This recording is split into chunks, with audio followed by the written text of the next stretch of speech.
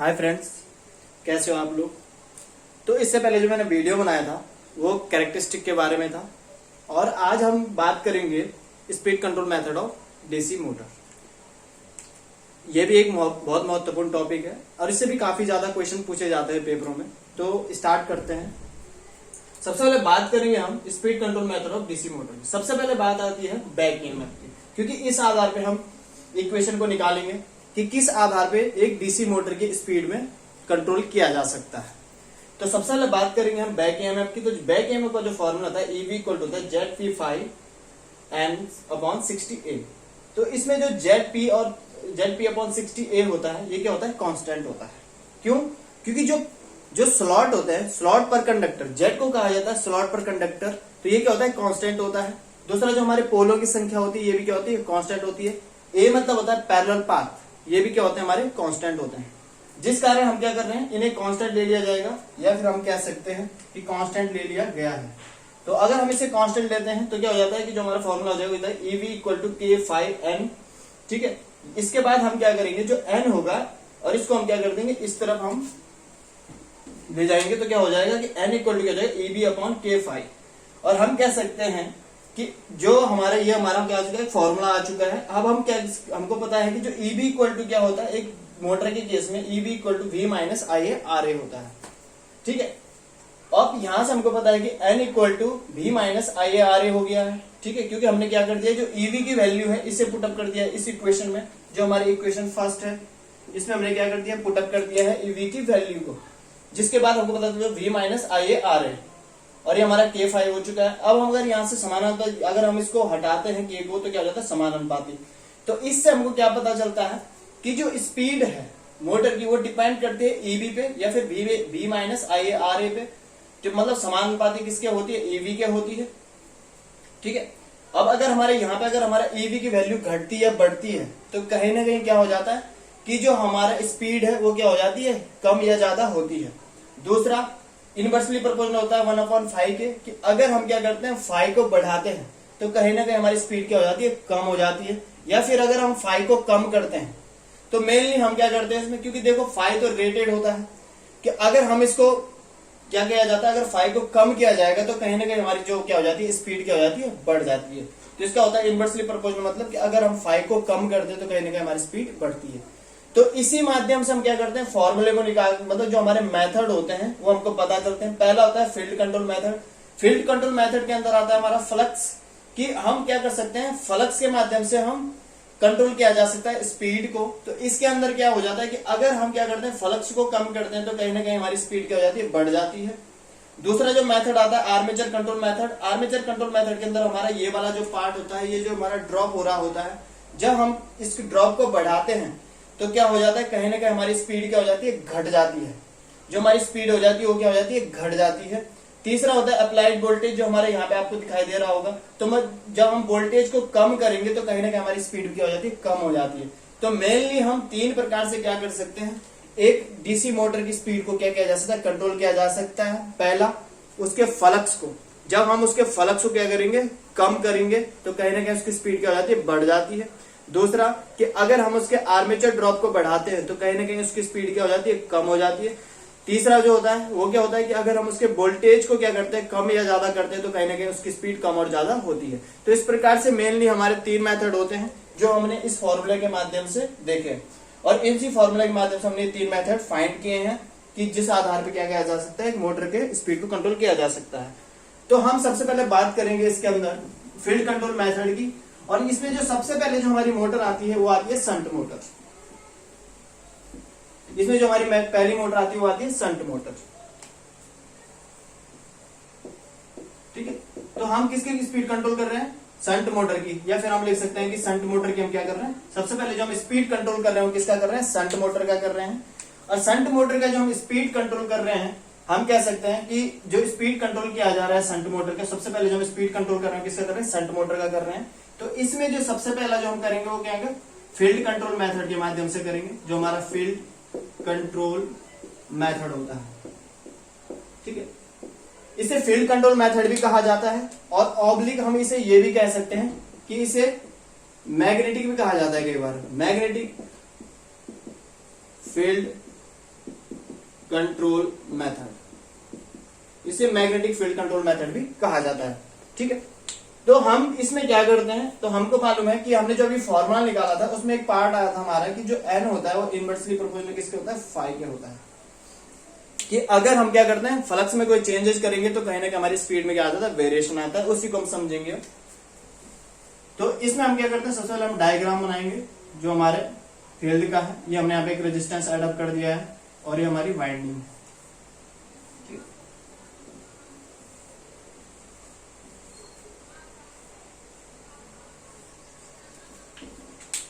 और यहां से हमने फिर सप्लाई अप्लाई कर दी।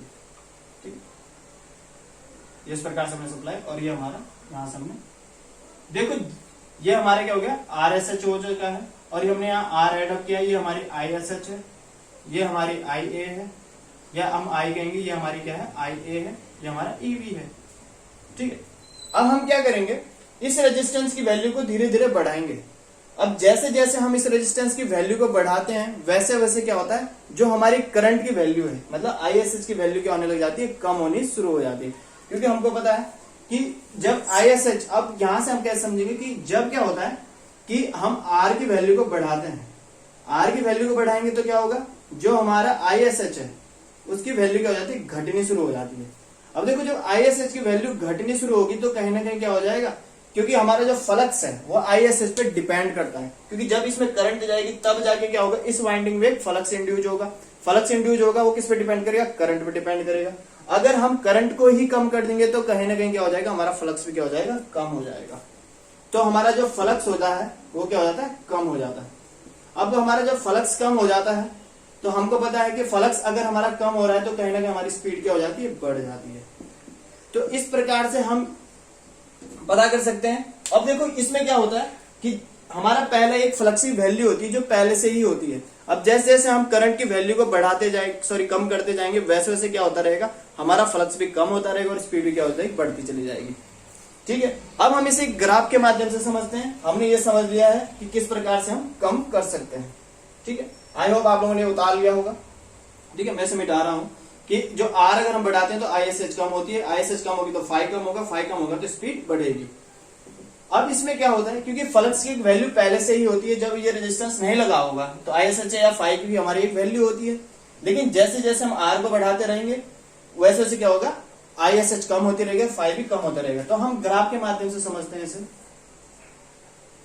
ये हमारा क्या हो जाता है, ये हमारी स्पीड है, और ये हमारा क्या हो जाता है, टॉर्क के हम समझे तो ये हमारा पहले से एक स्पीड है। अब जैसे जैसे हम फ्लक्स को वीक करते रहेंगे वैसे वैसे क्या होती है, स्पीड बढ़ती रहती है। लेकिन इसमें क्या होता है कि जो स्पीड होती है वो नॉर्मल से ज्यादा हो जाती है, मतलब हमेशा, मतलब जो रेटेड स्पीड होती है उससे क्या हो जाती है, ज्यादा हो जाती है स्पीड। इसमें कभी भी रेटेड स्पीड से कम स्पीड प्राप्त नहीं की जा सकती है, क्योंकि फ्लक्स की एक वैल्यू फिक्स होती है। अगर हम इस रेजिस्टेंस को यहां से हटा देते हैं तो आईएसएच जो इसका फ्लक्स होगा उसकी एक वैल्यू होगी पहले से, तो उससे ज्यादा हम, क्योंकि हम इसके रेजिस्टेंस में चेंजेस नहीं कर सकते हैं। हमने क्या किया है, सिर्फ रेजिस्टेंस को बढ़ाया जा सकता है, हम कहीं वाइंडिंग के रेजिस्टेंस को कम नहीं कर सकते, क्योंकि वाइंडिंग के रेजिस्टेंस पहले से ही फिक्स होता है। तो इसलिए जो हमारा फ्लक्स है उसकी एक वैल्यू होती है, नॉर्मल वैल्यू होती है, उससे उससे क्या किया जाता है, कम किया जा सकता है। तो ये हमारा क्या होता है, एक नॉर्मल वैल्यू है फ्लक्स की, ये नॉर्मल वैल्यू आ जाती है फ्लक्स की। हम कह सकते हैं कि फ्लक्स की नॉर्मल वैल्यू है जिसे हम 5 से डिनोट करें। फिर क्या करें हमने, वीक हो गया हमारा फ्लक्स कहीं ना कहीं, अब वीक हो रहा है तो हम इसे 5 कह सकते हैं। और हमने जैसे जैसे हम इसे वीक करते रहेंगे वैसे वैसे क्या होती रहेगी, हमारी स्पीड बढ़ती चली जाएगी, जो हमने इस ग्राफ के माध्यम से समझ सकते हैं। दूसरी चीज होती है, देखो जब हमारा फ्लक्स क्या होता है, कहीं ना कहीं कमजोर होना शुरू हो जाएगा। तो फ्लक्स अगर कभी भी मेन फ्लक्स कम होता है या कमजोर होता है तो कहीं ना कहीं क्या हो जाता है, जो हमारा कॉम्पिटिशन हो, क्या होता है, बैड कॉम्पिटिशन हो जाता है, कि हमारा जो कॉम्पिटिशन होगा वो क्या नहीं होगा, मतलब अच्छा नहीं होगा। तो क्योंकि डीमैग्नेटाइजिंग इफेक्ट क्या हो जाता है, बढ़ जाता है। क्योंकि देखो जब कभी भी क्या हो जाता है कि मेन फ्लक्स कम होना शुरू हो जाता है तो कहीं ना कहीं डीमैग्नेटाइजिंग इफेक्ट बढ़ जाना शुरू हो जाता है। तो अगर हम ज्यादा बढ़ाते रहेंगे, कहीं ना कहीं अगर हम रेजिस्टेंस वैल्यू को ज्यादा बढ़ाते चले जाएंगे तो कहीं ना कहीं स्पीड तो बढ़ेगी, लेकिन कहीं ना कहीं हमारा डीमैग्नेटाइजिंग इफेक्ट भी बढ़ता है और हमारा कॉम्पिटिशन क्या हो जाता है, खराब हो जाता है। तो इस प्रकार से हम समझ सकते हैं। दूसरी चीज होती है जिसमें ड्राइविंग जो पावर होती है, क्योंकि जो आई ए और जो आई ए की वैल्यू होती है वो कहीं ना कहीं क्या हो जाती है, क्योंकि ये पैरेलल में है, वी के सप्लाई के पैरेलल में है, तो जो हमारी ड्राइविंग पावर होती है, मतलब जो मोटर को घुमाने वाली पावर हो जाती है, वो क्या रहती है, कांस्टेंट होती है। क्यों? क्योंकि जो आई ए और ईबी का जो यहाँ पे जो कॉम्बिनेशन होता है, तो क्योंकि जब वोल्टेज हमारी क्या है फिक्स है, तो जब इसके कारण जो यहाँ पे जो ड्राइविंग पावर होती है, या हम कह सकते हैं पीवी पीएम कहा जाता है ड्राइविंग पावर को, जो हमारे एचपी हॉर्स पावर भी कहते हैं, बीएचपी भी कहते हैं। तो जो हमारी ड्राइविंग पावर हो जाती है वो क्या हो जाती है, फिक्स हो जाती है, कांस्टेंट रहती है इस केस में, क्योंकि जो सप्लाई है उसके पैरेलल में क्या हो जाता है हमारा जो हमारा आर्मेचर और जो ईवी है वो क्या आ जाता है पैरेलल में आ जाता है, जिसके कारण क्या हो जाता है कि जो ड्राइविंग पावर हो जाती है वो क्या रहती है इसमें कांस्टेंट होती है। तो इसमें कुछ मेन पॉइंट देखेंगे हम, ठीक है। अब इसमें जो बीएचपी पावर होती है, कि हम कह सकते हैं कि जो हमारी क्या हो जाती है बीएचपी पावर हो जाती है वो क्या रह जाती है कांस्टेंट होती है, बीएचपी पावर क्या हो जाती है कांस्टेंट हो जाती है, या फिर हम इसे ड्राइविंग पावर भी कहते हैं, कई बार क्या कहा जाता है ड्राइविंग पावर भी क्या होती है कांस्टेंट होती है। तो इस प्रकार से हमको यहां से हम पता चल चुका है कि एक तो इसमें कॉम्पिटिशन बेकार होता है, दूसरे में जिसमें ड्राइविंग पावर हो जाती है क्या रहती है कांस्टेंट होती है, ठीक है। अब हम इसके कुछ मेन पॉइंट की बात करेंगे, ये आपने समझ लिया होगा, ठीक है। अब हम इसके थोड़ा मेन पॉइंट की बात करते हैं। तो इसके जो एडवांटेज और डिसएडवांटेज होते हैं फील्ड कंट्रोल मेथड के, तो पहला जो एडवांटेज, पहले हम इसके एडवांटेज की बात कर लेते हैं। एडवांटेज क्या होते हैं, तो इसमें जो पहला एडवांटेज होता है वो क्या होता है कि ये क्या होती है, ये मेथड क्या है इकोनॉमिकल है, मतलब इसमें कोई भी एक्स्ट्रा अरेंजमेंट हमको ज्यादा नहीं करना पड़ता। ये क्या हो जाता है, ये मेथड क्या हो जाता है इकोनॉमिकल हो जाता है हमारा। तो पहला क्या होता है कि जो ये मेथड क्या है इकोनॉमिकल है, ये बोल सकते हैं हम कि ये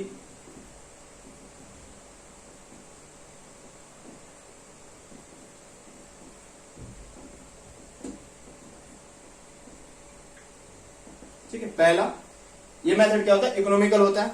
अब देखो जब कभी भी हमारे क्या हो जाते हैं आईएसएच की वैल्यू जब कम होगी, तो कहीं ना कहीं अगर हम आईएसएच की वैल्यू कम करेंगे तो जो हमारा लॉसेज होगा आईएसएच स्क्वायर इंटू आर से अगर हम डिनोट कर रहे हैं यहाँ पे, क्योंकि दो रेजिस्टेंस है, तो जब आईएसएच की वैल्यू कम हो जाती है तो कहीं ना कहीं हमारे लॉसेज क्या हो जाते हैं कम हो जाते हैं। तो हम कह सकते हैं कि लॉसेज क्या हो जाते हैं, मतलब लॉसेज क्या हो जाते हैं कम हो जाते हैं। हम कह सकते हैं कि लॉसेज क्या हो जाते हैं कम हो जाते हैं, या फिर लो होते हैं कम हो जाते हैं, जो लॉसेज क्या हो जाते हैं वो कम हो जाते हैं।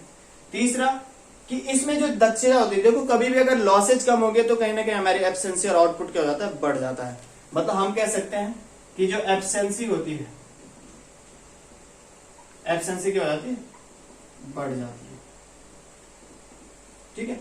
और तीसरी जो चीज होती है इसमें जो हॉर्स पावर होती है, और क्या होती है कांस्टेंट होती है। अब देखो जब हॉर्स पावर कांस्टेंट होगी तो कहीं ना कहीं हमारा जो लोडिंग इफेक्ट होता है वो क्या है इसमें लोडिंग इफेक्ट नहीं होता है। हॉर्स पावर क्या होती है कांस्टेंट होती है, और जो लोडिंग इफेक्ट है, लोडिंग इफेक्ट नहीं होता है,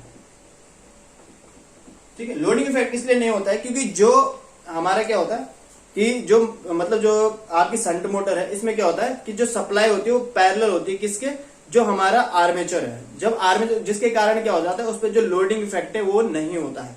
तो इस प्रकार से हमारे कुछ मेन पॉइंट है। ये मेथड क्या इकोनॉमिकल होता है। दूसरा इसमें लॉसेस कम होते हैं क्योंकि आई स्क्वायर, क्योंकि आई की वैल्यू कम हो जाती है, लॉसेस कम हो जाती है। एफिशिएंसी बढ़ जाती है क्योंकि जब लॉसेस कम हो जाएंगे तो क्या हो जाएगा एफिशिएंसी बढ़ जाएगी। दूसरा क्या होता है जो हॉर्स पावर होती है वो क्या रहती है कांस्टेंट होती है इसमें। और तीसरा जो पॉइंट होता है वो क्या होता है लोडिंग इफेक्ट नहीं होता है। तो इस प्रकार से कुछ मेन पॉइंट है। अब देखते हैं इसके कुछ डिसएडवांटेज भी हैं जिनकी हम बात करेंगे। इसके डिसएडवांटेज क्या होते हैं।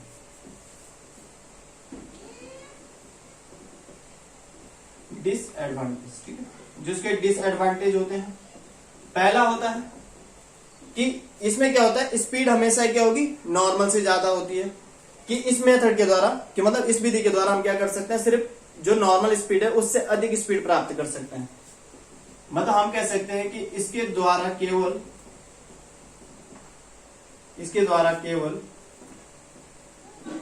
रेटेड से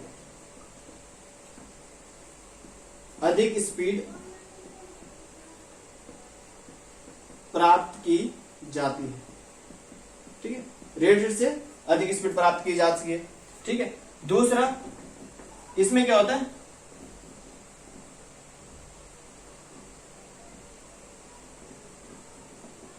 डीमैग्नेटाइजिंग इफेक्ट क्या हो जाता है बढ़ जाता है।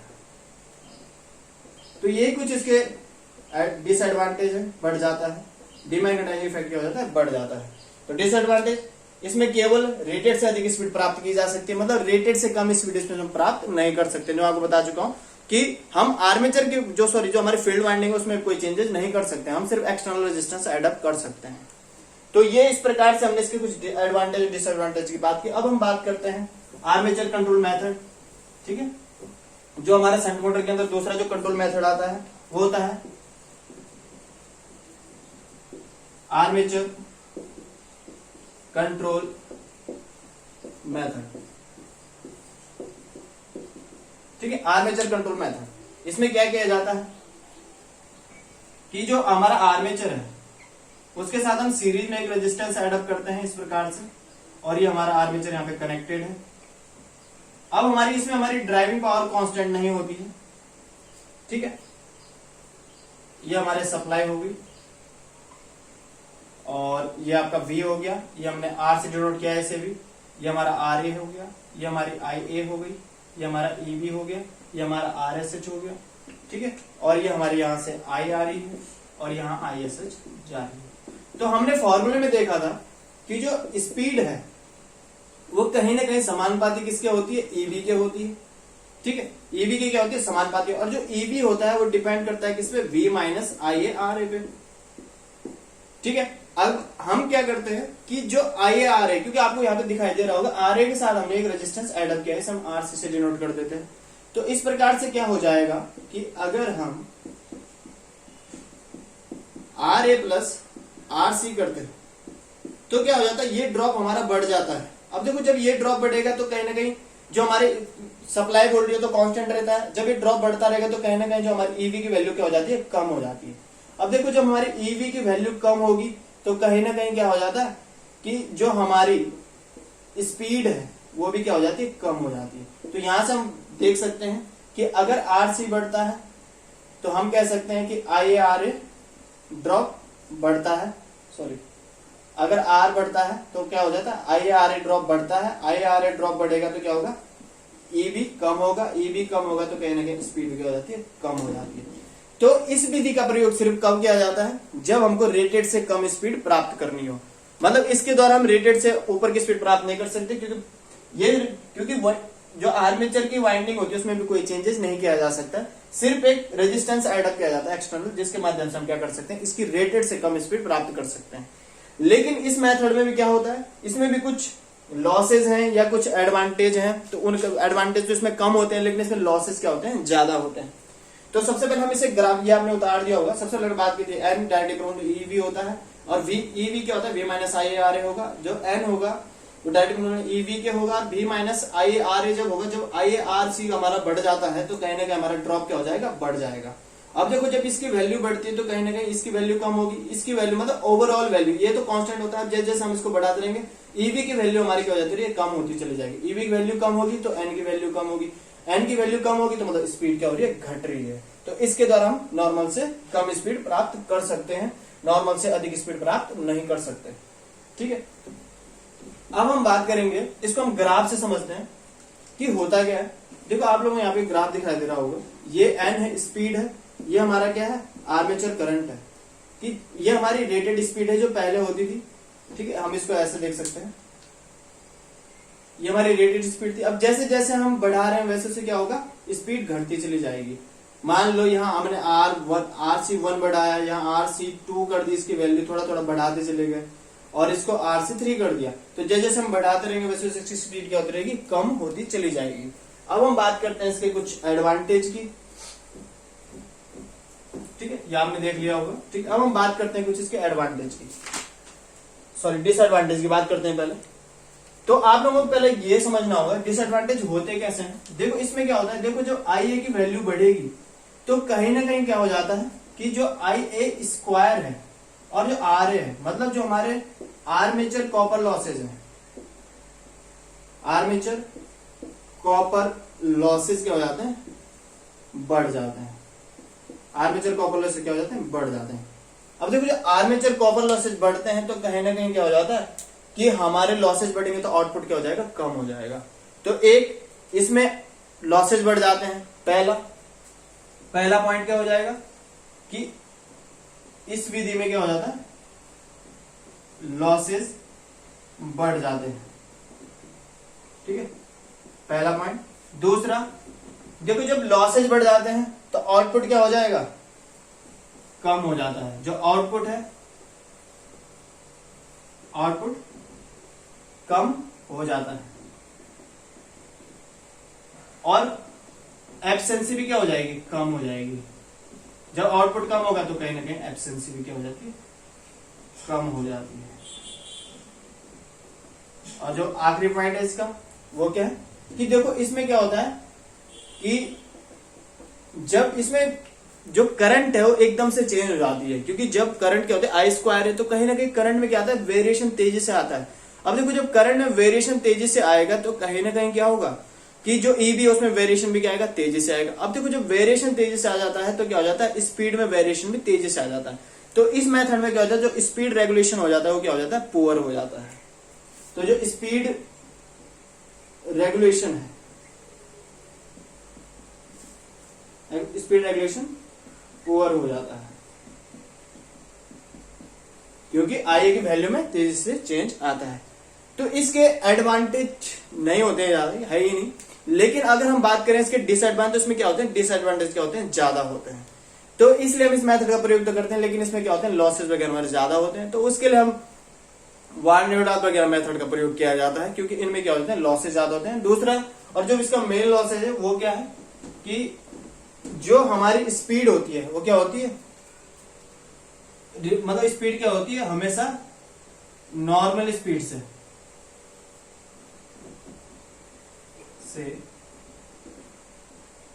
कम स्पीड प्राप्त की जाती है। तो इसमें क्या होते हैं एडवांटेज, बल्कि हमारे ना के बराबर है, लेकिन डिसएडवांटेज क्या है, बहुत ज्यादा है। तो इसलिए इस मेथड को हम अनइकोनॉमिकल भी कहा जा सकता है। ठीक है, तो आप लोगों के समझ में आ गया होगा, आई होप। ठीक है, तो धन्यवाद। और चैनल, अगर आपको वीडियो अच्छा लगता है तो कृपया चैनल को सब्सक्राइब जरूर करें और ज्यादा से ज्यादा शेयर करें और लाइक और कमेंट जरूर करें। अगर आपको मेरे वीडियो में, अगर आपको मेरा वीडियो अच्छा लगता है तो धन्यवाद।